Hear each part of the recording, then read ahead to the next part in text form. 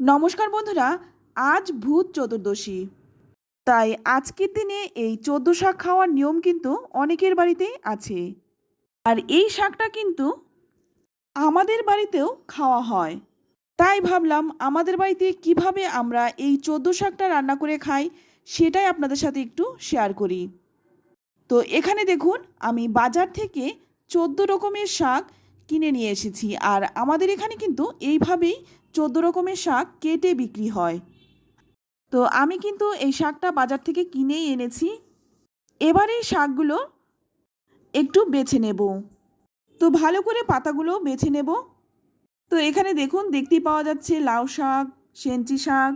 তো আমি কিন্তু এখানে দেখতেই পাচ্ছি লাউ শাক, কুমড়ো শাক, কলমি শাক, সজনে শাক, সেঞ্চি শাক, অনেক রকমের শাকই দেখতে পাচ্ছি। তো শাকটাকে ভালো করে বেছে নিয়ে এবার শাকটাকে খুব ভালো করে পরিষ্কার করে ধুয়ে নিলাম। এবার শাকটা আমার ধোয়া হয়ে গেছে। এবার অপর দিকে কড়াই গরম করে নিয়ে এর মধ্যে দিয়ে দেব ১ চামচ সর্ষের তেল। তেলটা কিন্তু আমি বেশি দিলাম না। এবার ফোড়নে দিয়ে দিচ্ছি সামান্য একটু কালো জিরে আর ৫-৬টা কাঁচা লঙ্কা। লঙ্কাটা আমি কিন্তু চিড়ে দিয়েছি, তবে আপনারা কিন্তু ঝালটা নিজেদের স্বাদ অনুযায়ী দেবেন। আর কাঁচা লঙ্কাটা কিন্তু একটু তেলের সঙ্গে ভালো করে ভেজে দিলে গন্ধটা খুব সুন্দর হয়। এবার এর মধ্যে দিয়ে দিচ্ছি পরিষ্কার করে রাখা ১৪ শাকটা। ভালো করে একটু নেড়েচেড়ে মিশিয়ে নিয়ে এবার এর মধ্যে দিয়ে দিচ্ছি স্বাদ মতো লবণ। যে কোনো শাক রান্নায় প্রথমেই যদি লবণটা দেওয়া হয় সেক্ষেত্রে কিন্তু লবণের পরিমাণটা একটু কম করে দেবেন। লবণটা দেওয়ার পর কিন্তু শাকটা অনেকটাই কমে যায়, তাই সেক্ষেত্রে কিন্তু লবণটা একটু বুঝে দিতে হবে। প্রথমেই কিন্তু শাকটা দেখে লবণটা দেওয়া যাবে না, তাহলে কিন্তু লবণটা বেশি হয়ে যেতে পারে। দেখুন, লবণটা দেওয়ার পরে কিন্তু শাক থেকে অনেকটা জল বেরিয়েছে। এবার একটা ঢাকা দিয়ে ১০ মিনিট রেখে দেব। তো ১০ মিনিট পর দেখুন ঢাকনাটা খুলে নিলাম। এবার দেখুন শাকটা কিন্তু অনেকটা নরম হয়ে গেছে। এখন কিন্তু ভালো করে একটু নেড়েচেড়ে নেব। আর এই সময় কিন্তু খুন্তি দিয়ে একটু চেপে চেপে নাড়ব। এতে করে কিন্তু শাকটা অনেকটাই নরম হয়ে যাবে। তো দেখুন শাকটা কিন্তু অনেকটা নরম হয়ে গেছে। এবার কিন্তু নামিয়ে নিচ্ছি। তো নামিয়ে নিলাম।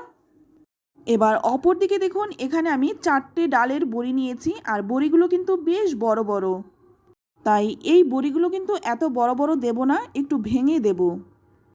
এত বড় বড় বড়ি দিলে কিন্তু শাকের মধ্যে খুব একটা ভালো লাগবে না, তাই ভেঙে দিলে কিন্তু শাকের মধ্যে মিশে যাবে আর খেতেও কিন্তু ভালো লাগবে।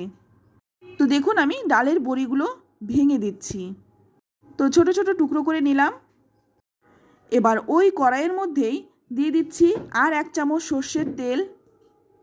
তেলটা যখন ভালো গরম হয়ে যাবে তখন এর মধ্যে দিয়ে দিচ্ছি ভেঙে রাখা বড়িগুলো। বড়িগুলো কিন্তু এবার একটু ভালো করে মুচমুচে করে ভেজে নেব।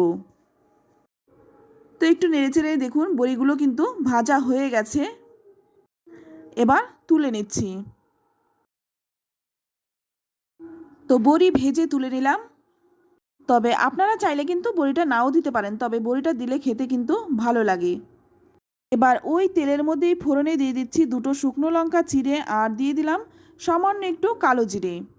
এখন কালো জিরেটা দিলাম, সদ্য সদ্য কালো জিরের গন্ধটা কিন্তু শাকের মধ্যে খুব ভালো লাগবে। আর দিয়ে দিচ্ছি সামান্য একটু আদা কুচনো। ফোড়নটা একটু ভালো করে ভেজে নিয়েই এবার দিয়ে দিচ্ছি সেদ্ধ করে রাখা শাকটা। তো এবার শাকটাকে খুব ভালো করে নেড়েচেড়ে মিশিয়ে নেব। আমি সামান্য একটু জল দিয়ে দিচ্ছি। এখানে আমার শাকটা একটু শুকনো শুকনো মনে হচ্ছে, তাই শাকটাকে একটু নরম করার জন্য সামান্য একটু জল দিয়ে দিলাম। এবার এর মধ্যে দিয়ে দিচ্ছি ভেজে রাখা বড়িগুলো। এবার ডালের বড়িটা দিয়ে খুব ভালো করে নেড়েচেড়ে মিশিয়ে নেব। আর ডালের বড়িটা ভেঙে দিয়েছি কারণ শাকের সাথে কিন্তু ভালো করে মিশে যাবে। আর এই বড়িটা যখন খাওয়ার সময় মুখে পড়ে তখন কিন্তু ভীষণ ভালো লাগে। এবার ভালো করে নেড়েচেড়ে মিশিয়ে নিয়ে এবার গ্যাসের আঁচ একদম কমিয়ে ৫ মিনিট রেখে দেব। এতে করে কিন্তু শাকটা খুব সুন্দরভাবে মজে যাবে। তো দেখুন ৫ মিনিট পর ঢাকনাটা খুলে নিয়েছি আর শাকটা এখন অনেকটাই কিন্তু মজে গেছে। এবার কিন্তু নেড়েচেড়ে মিশিয়ে নিয়ে নামিয়ে নেব। তো বন্ধুরা, আজকের এই ১৪ শাকের রেসিপিটি আপনাদের কেমন লাগলো অবশ্যই কমেন্টে জানাবেন। ভালো লাগলে লাইক শেয়ার কমেন্ট করবেন। আর আপনি যদি আমার চ্যানেলে নতুন হয়ে থাকেন, চ্যানেলটা সাবস্ক্রাইব করে নেওয়ার অনুরোধ রইল। আজ এই পর্যন্ত। সকলেই ভালো থাকবেন, সুস্থ থাকবেন। ধন্যবাদ।